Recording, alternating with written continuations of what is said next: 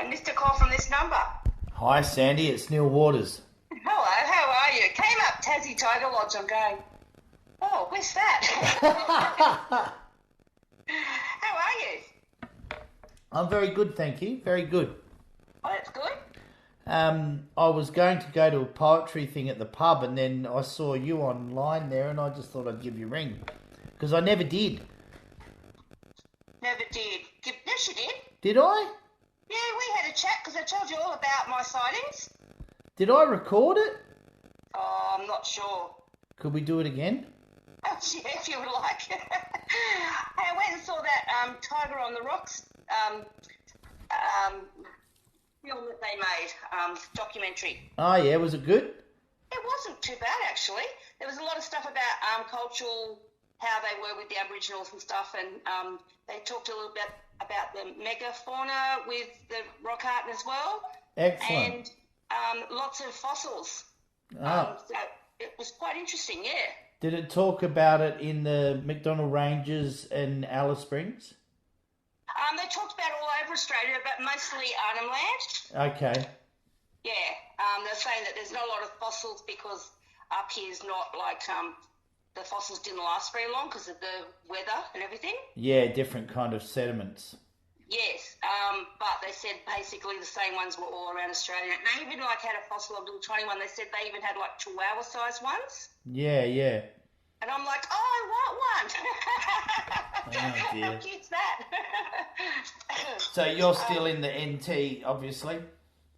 Yes, love it here. Yep, excellent. How long ago was it that you lived in New South Wales again? The area where I saw them, I moved out there at about 2002. Okay.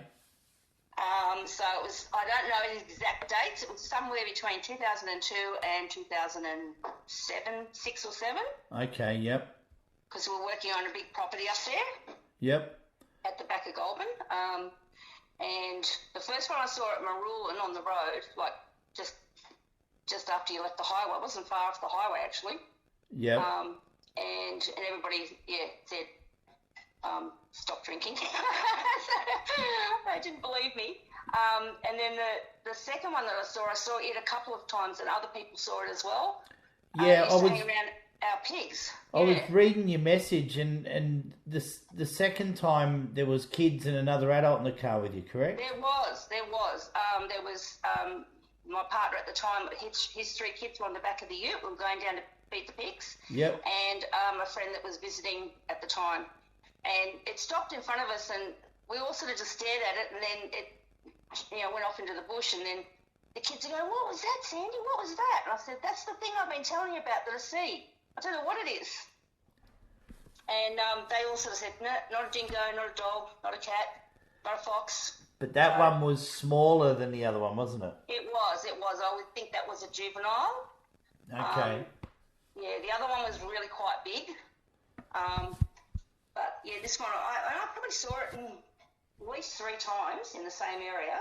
Yep. Yeah, but it said what deceived me was there wasn't actual stripes. Like, I couldn't have just sort of looked at it and gone, oh yeah, there's stripes on it. It was just like a dark area over its back. Okay, yep. So it was a darker coat there, but not necessarily defined in stripes. Yeah, no, definitely not stripes. Because if it, like everything else, looked like a thylacine, except it didn't have stripes. And it even moved like that. It had that sort of funny gait. Yep. Yeah. I didn't see it hop at all. Because I've been reading other stories how people have said they like hop a bit like kangaroos, and it's like these ones I didn't see them do that. Yep. But it was definitely some very strange little creature out there. Yes. The first time you saw it, it was at night, wasn't it, when you were on your way home? No, it was about 9 o'clock in the morning. Oh, okay. Saturday morning, yeah. And it sort of ambled out in front of the road with me and then shot across, and I actually stopped and tried to look for it in the bush and couldn't see it. And my brain's going, what was that? What was that? Yeah, and then when I was telling people when I got back to the little village where I lived, they're all laughing at me and, giving me a hard time. Yeah, as people do. Yes, so, but like back then, I really didn't know what I was looking at. Like, if I saw one now, I'd go, okay, what am I looking for? This, Yeah. Yeah. And I've got an Indigenous friend up here, and one of her, I think it's her great aunt, she's still looking for the photo. She has a photo of some creature out at Arnhem Land, and they thought it was a Thylacine, and I'm like, I don't know. And it was, they said it was some strange creature, and she's actually got a photo of it, but she hasn't seen it for a long time, and she's still looking for it. Wow. So I'd be interested because you'll get a picture of that if I finally get it from her. Yeah, that would be awesome. That's not the first sighting of Thylacine I've heard of in Arnhem Land. Really? Oh, okay. Because when she said it, I'm like, I don't know whether they're still around. Like, I'd like to think they are, but, the chances of them is pretty slim. But Thylacine, don't doubt that at all. Yeah. Well, I've got Indigenous people. I've got 3 Indigenous people from Northern Territory that claim to have them as a living part of their culture still. So, from 3 different language groups. So that's pretty significant. Okay. Actually, no, one's from South Australia, 2 are from Northern Territory. Sorry. Okay. Well, my friend Ali, she's was born and bred up here, and her whole family and stuff, and they've taken us out to Kakadu a few times to some special places and stuff, and it's been great. So. Yeah, awesome. Yeah, I know Mandy, who runs a restaurant at Kakadu. She runs the joint.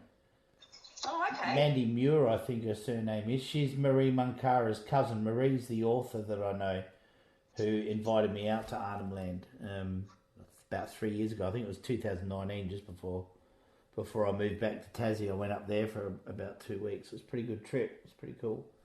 Yeah, I remember that, Yeah, so that's awesome. Now, when you saw the first one, how far were you from it when it came across the road? Well, me and distance aren't real good friends. I could have thrown a stone that far, so... Maybe 20 metres? Yeah, maybe not even that far. Okay. Yeah. Because at first I just thought it was a big dog. Yeah. But the way it was moving and the way its tail was and its jaw and everything, I'm like, that's a strange-looking dog. And I said, and I actually stopped the car and tried to look through the bushes because it come out of a paddock and then it went through into some bushes. Yep. And I'm like, what did I just see? And then I got home and sort of was going through everything and tried to remember everything I could and looking at pictures of, and obviously coming from the bush, I know what all, especially up here, I know what dingoes look like, and and there's nothing like foxes because we used to fox hunt and everything like with the club, and so I've seen plenty of foxes and all that sort of thing, and it was nothing like them. Now, in your email, not your email, sorry, your message that you sent me when we first spoke a couple of years ago, you mentioned that you saw it 2 or 3 times, I know you mentioned that you saw a second one that was smaller. Yes, the smaller one. Yeah. Yes, sorry? So you saw the smaller one several times, you only saw the big one once? I only saw the big one once, that was near Maroon, but the other one was up... near the pig farm. So where we had, it wasn't a pig farm, but we had our own pigs living out in the bush. Yep. Obviously it was coming in for the scraps and stuff. And I used to drive the ute down there with all the stuff on the back, and you'd come over the gully sometimes and then you couldn't hear a car until you got up the top, so it wouldn't know I was there until I was there sort of thing. Yep. And I saw it a couple of times, and the third time, as I said, this other woman and the 3 kids were in the back, and I'm going, what do you think it was? What did it look like to you? And they go, we don't know, it was strange. So none of us could decipher what we thought it was. Yeah.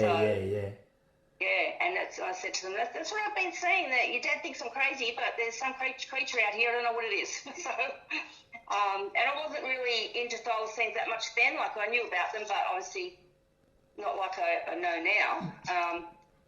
Yeah. Did you make the connection straight away to it being a thylacine once you stopped and thought about it? When I got back to the village, they were having a cheese and wine night that night, and I went down to the hall, and I'm telling everybody about this creature I saw, and they're all going, well, what did it look like, Anyway, some guy was drinking the Tasmanian beer that's got the picture of the Cascade. Cascade, yep. Yeah, and I sort of looked at what he had in his hand, and I said, well, it looked like that, but it didn't actually have stripes. but that's exactly what it looked like. And they all started to laugh at me like, oh, yeah, less scotch in your coffee and all this sort of thing, you know. But that's straight away, as soon as I looked at that, I'm like, I would have almost thought that was the thylacine, except I don't think they're on the mainland. Yeah. So, and I didn't know that there's so many sightings of them that obviously they are still around. And now the strange gate on the big one, when you saw the smaller one a couple of times, did it also display the strange gate that you mentioned?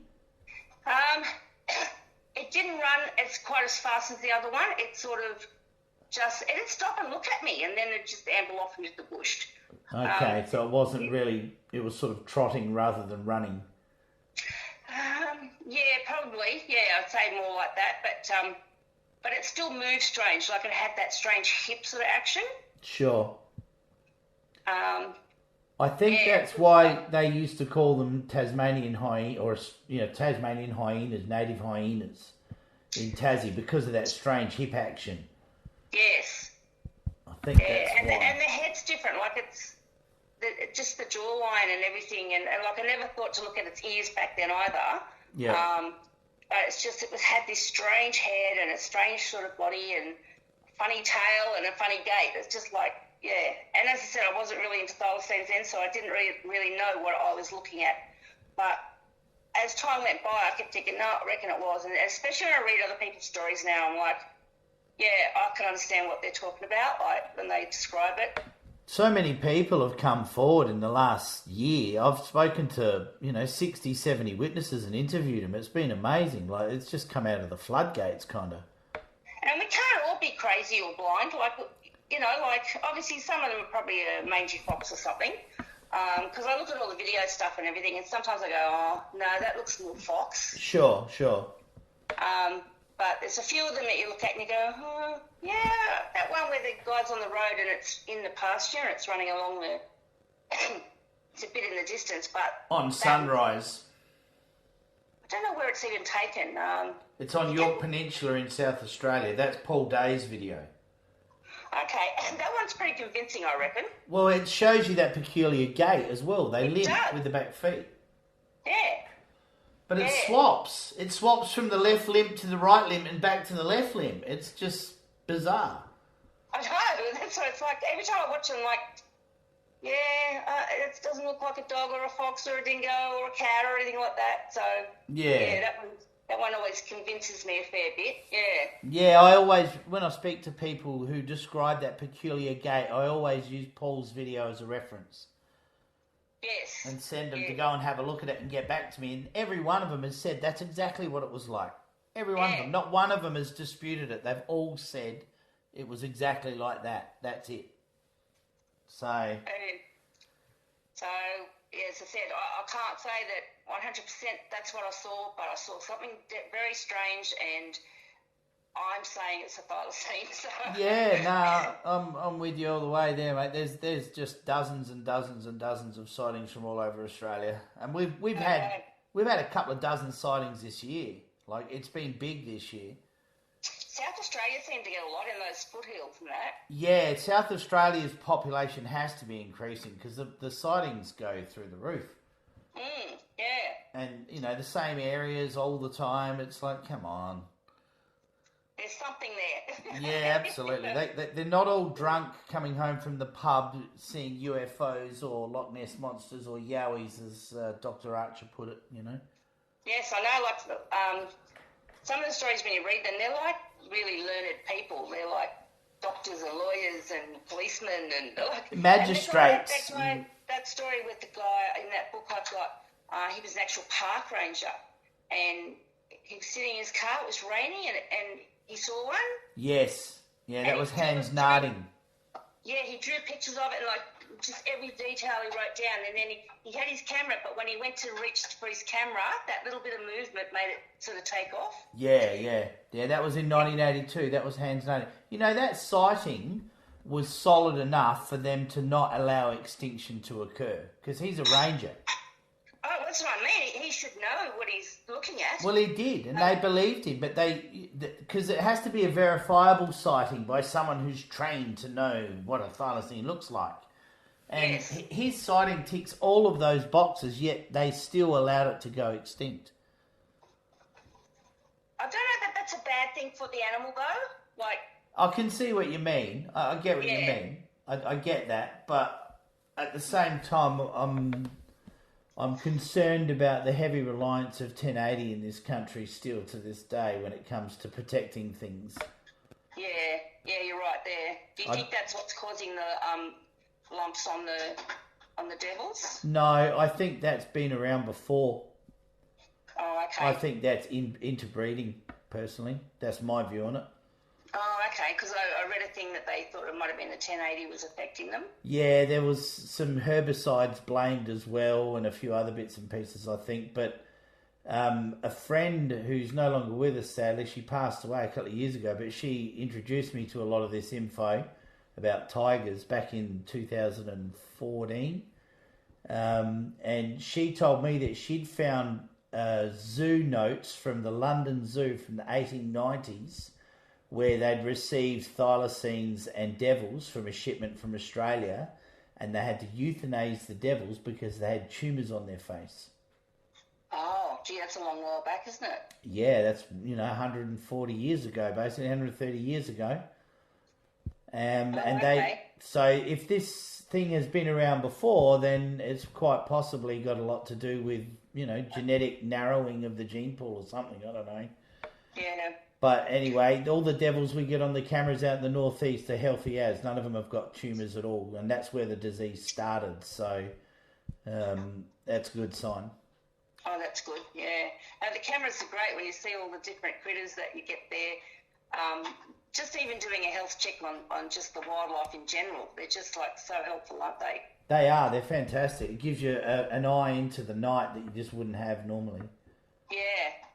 There's so much going on out there. Where did you see your one? Well, I've seen 3 now. The first one was at a lake only a few minutes from my house. The second one was outside my bedroom window. And then the third one was on the road heading home about 5 in the morning in March last year. And wow. the third one was the most, I suppose, spectacular one because its eyes lit up like diamonds. I've never seen eyes sparkle like that in my life. That was just amazing. And they were this golden, sparkly, diamondy sort of colour. They were just, it just blew my mind when I saw the eyes light up. So they did have funny little eyes, didn't they? Yeah, well, these were like a goldeny, olivey, diamondy, sparkle kind of eye. They were just amazing, these eyes. I've seen a lot of animals under headlights before, but I've never seen anything shine like that before, ever. Yeah, my partner's just here. He came to the documentary the other night with me, and he found it really interesting too. So yeah, excellent. No, that's really good. Yeah, and we saw some friends there, and they'd got to see it because their dingoes had starred in it. He's a dingo breeder, and they used his dingoes to make the part that they did with the dingoes because they thought that was the reason that they were wiped out in the mainland when the dingoes arrived. Yeah. It's a inconvenient kind of misconception because, as you know, they're not extinct on the mainland. They never have been. No. So. But it still sounds like a really, really good show. Have you seen that one or not? No, I haven't seen it. I remember, was it you who shared the event for it? I did. Yeah, I remember seeing it when you put it up. I didn't know whether we had... I just wondered whether anyone else had seen it. And then I just thought if there was anyone in Darwin that's in the group, they might have been interested in seeing it as well. Yeah, for sure. Absolutely. So, great thing to share to the group. Yeah, but I thought it was quite informative and quite interesting. I learned a few things and excellent. So awesome. Good. All right. Well, look, I think that's it in a nutshell. Pretty much, you're very confident about what you've seen, and you've had other people see it with you in broad daylight as well. So, well done. Congratulations. I feel very privileged. Yeah, well, you are, because, there's obviously thousands of people like you and me out there that have had this experience, but it's only in the last few years that we've been able to drag them out of the woodwork to come forward and say what they've seen, so... I think because people would think they would, you're just hallucinating or something, and now that there's more of us there that believe. The others are coming forward now, and they're going, well, you know, I saw this and I saw that. I remember the story you told me about the lady that saw one on Nullarbor Plains, and she didn't tell her husband because he would shoot it. Yeah, she kept that secret for 50 years. Yes, I thought that was pretty interesting story too. Yeah. You could relate to that, I suppose. Yes. Yeah. Yeah, because there'd be people out there that just want to shoot them. Yeah, and I know that those people are there, and I know that they want to have a go, but I'm telling you now, you'd have to be a real expert hunter with hound dogs to track one of these things down. I would think so, yeah. And I've been to Tassie, and I've seen that wilderness there, and when you drive through it, you just go, oh, hell yeah, of course they could be there. Like, there's so much wilderness. Yeah, there's every reason why they could be there. I know, and until you actually see Tassie, you don't realise how much, just miles and miles and miles you drive through just bush and that beautiful landscape, and you just think, yeah, well, sure, they'd be up there. We can't get up there, but they can. That's right. And they can jump, 12 feet straight up an embankment, bang, straight up. Like a kangaroo. Yeah, from standing though. They can do that from standing, not running and jumping. That's like just one bound. Wow. So we had some really good video from a member in WA who had them in a swamp near her house, and they'd come running towards this cyclone fence, which was 7 or 8 feet high, and the print stopped on one side, and then the print started again on the other side. It had bound straight over the fence. It was like a cyclone fence, Yeah, that's a mighty jump, yeah. One leap straight over, and it's like, man, nothing can stop that. You've got no hope of containing that thing, Good luck. So even though I do also have that slight reservation about hunters out there that would shoot one, the odds are stacked in the animal's favour, well and truly, let me tell you. Yes. It really is. That's why it's managed to climb back from its lower numbers, I suppose. But I think they were quite abundant at the time of white settlement, but they're so elusive. It wasn't until they really started hammering the bush in certain areas that they started having sightings of them, because the habitat reduction. Okay, well that happens everywhere, doesn't it? That's it. So many creatures have turned up that have been thought long gone. Yeah, exactly. And like during that lockdown, India had some strange cat that they hadn't seen in like ages, and it turned up because there wasn't people out there anymore, Yeah. There was some little wild cat. Yeah. I can't remember what it was now. But it was hiding from everyone. Because people had disappeared, so the animals came back. So. Yeah. All right, mate. Well, look, thanks very much for your time. You're okay with me releasing this on our YouTube? Yeah, sure. Excellent. No worries. If you're ever in Darwin, look me up. Yeah, I've been planning another trip to come back up there at some stage, because I really want to go back out to Arnhem Land and speak to a few people out there again. So. Okay, and I'll keep on to Ali about seeing if her auntie can find that photo of that creature. Yeah, that would be awesome. There's a couple of ambiguous shots kicking around of what I think were Thylacoleos, but there's nothing that really shows you that big flat face of theirs. But those things are definitely in Queensland. They always have been. The big cat sightings, I'm on that one too, because my mum saw one of those years ago. We got a farm down the south coast of New South Wales. Oh, yeah. And she was out chopping back some tracks because we've got a riding school down there. And she was chopping back some tracks with a machete, and she had a horse with her, and she said suddenly the horse snorted and looked up into a tree and then carried on, and she's like, what's your problem? And she looked up into the tree and she said she saw this giant black tail moving through the bushes, through the trees up high. And she said, I have no idea what it was, but I wasn't hanging around to find out because the horse wasn't real happy about it. So she was a believer then that there's some big cat out there as well. Yeah, excellent. Yeah. So they get seen a fair bit around Goulburn area. Yeah, I think some of the big cat sightings are Thylacoleos, to be honest. I really do. Big black? Yeah, big black things. They come in stripes, spots, brown, black, grey, you name it. Those things come in all sorts of shapes and sizes and colours. Oh, wow. But it's well documented in Queensland by zoologists as well, not just farmers, but magistrates, zoologists, you know what I mean? Yeah. It definitely existed at the time of settlement, without a doubt. Well, the Aboriginal rock art was sort of could prove that when the first Aboriginals got here, that they actually were here when the large animals were here, when the megafauna was here, like the... Yeah, absolutely, without a doubt.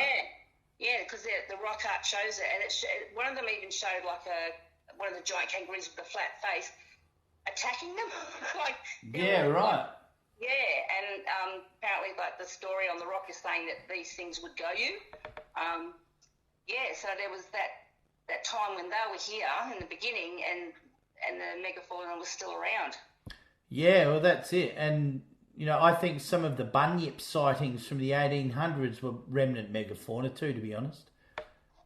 Well, possibly, I suppose, yeah. And someone found a report from the 1800s in Victoria of a Thylacine that was in the water. And I thought that was interesting. Swimming, yeah, a Thylacine that was a bunyip, but it was definitely a Thylacine, the way it was described. But it was in the water, so... And that's really interesting because I met a guy in South Australia, John Barry, who's an amateur paleontologist who works with Flinders University in the Narracourt Caves. And he reckoned Thylacolio's bones were constructed like a bird's or a fish's, and that they would spend time in the water. Oh, okay. I knew they had a different pelvic structure. Yep. And that's why they climbed a lot to hunt, because they weren't terribly fast, but they were very powerful. And that's the drop bears, drop on. Yeah, well, that's it. They are the animal that's responsible for the drop bears. But that's drop bears. Because when people start to go, that's a real animal, and they look at you and you just start to rattle it off about, and they go, oh shit, I thought it was just like a legend, and no, they were real creatures. Yeah, it's a bit of a shame because the media has turned the drop bear thing into a bit of a laughing stock, but all of those stories have an origin in truth. That's right, they do, yeah. Something happened, it was big, it was scary, it jumped out the tree, it had big teeth, big claws, and scared the crap out of everyone, I don't know that I'd want to come across one of them. Yeah, no, I don't send any juju to those guys. I don't have any need to catch up with them, or yowies for that matter. Yeah, or any of those big strange creatures. But I'd love to see another Thylacine. That would make my day again. So yeah. Well, they're in Kakadu still, so never say never. Yes, well, as I said, I've heard stories from Ali and her people out there, and so they still believe they exist out there. Yeah, they're at Pine Creek. Do you know Pine Creek, south of there? Yes. They're out there. They're out at Tennant Creek as well, further south. Oh, okay. I had a sighting of a pair of them crossing the road down there. Wow. And then I had another sighting only about 3, maybe 4 years ago now, but that was in Kakadu on the beach. Oh, okay. It was in Arnhem Land, but it was a lot closer to Kakadu sort of thing than way deep into Arnhem Land. It wasn't that far from the Adelaide River. Well, so you telling me a story about the black ones? Yes. Okay, I couldn't remember whether it was somebody that told me that story from up here, or whether the black ones are still around. They're part of the Adyamatna people from the Flinders Ranges in South Australia. That's part of their story.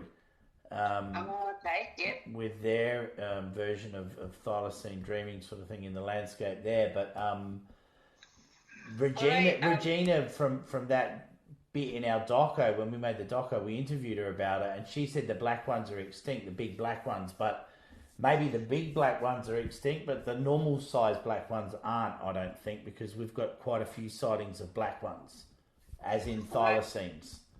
Yeah. Yeah, they talked about how they used to be really quite big, and then the range in sizes. Yeah, there was 6 varieties. Yes, and they rattled them all off in the Latin, and of course I can't remember any of the names now, but I was just like, I didn't know there was that many of them, in different sizes and everything. I think there's at least 3 species, possibly 4, of marsupial carnivores on the mainland that aren't quolls, that are decent size. And that's just based on the prints that I've found and that I've seen. There's at least 4 largish kind of marsupial carnivores on the mainland that haven't been identified, but their prints are all different. All different. Oh, okay. There's a mini one that's small, and that's down the southeast of South Australia and in Victoria. Then there's the ones in WA that have really unusual feet. Then the ones in WA that have the same feet as the ones in South Australia and Victoria and Tasmania. So there's at least a couple of varieties of large ones as it is, as far as I can tell from the feet that we find that aren't dogs. I don't care what they say, they're not dog prints. So, yeah, you're the expert, so... No, I'm not an expert, but I know what I know as much as what I've seen and found over the years, you know. I really admire your dedication to it. It's like, yeah... Yeah, well, we're hanging in there. We're still kicking along okay at the moment. So we've got that new thermal camera that Mark and Mick are using over in South Australia at the moment. So hopefully that gets them on the bacon and they bring something in that's hard to argue with. Fingers crossed. Yeah. But yeah, it's all happening, and you know, it's like you said, it's been 8 years now since I started this crazy quest. So As I said, your dedication is like awesome. I don't know if it's dedication or obsession, but it's still going, whatever it is. Well, I love following all the stories and just the interesting stuff that comes up on the site and everything. And did you see? That's awesome. Did you see those prints from WA the other day? Were they the really big ones? Yeah. Yeah, they were big. They were big. Yeah, they were big.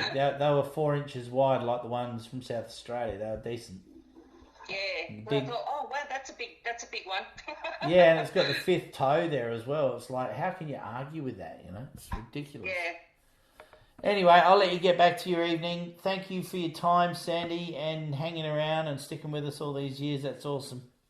Oh well, I love it, and as I said, I can't wait till we definitely get recognition that they're there and are protected. Yes, that would be nice, wouldn't it? Protected properly. They're protected, but they're not protected properly because they reckon they're not there. Yeah. So. Awesome. All right, mate. All right. Have a great evening, and thank you very much for the call. No worries. Cheers for your time. Okay, thanks. Bye. Bye-bye.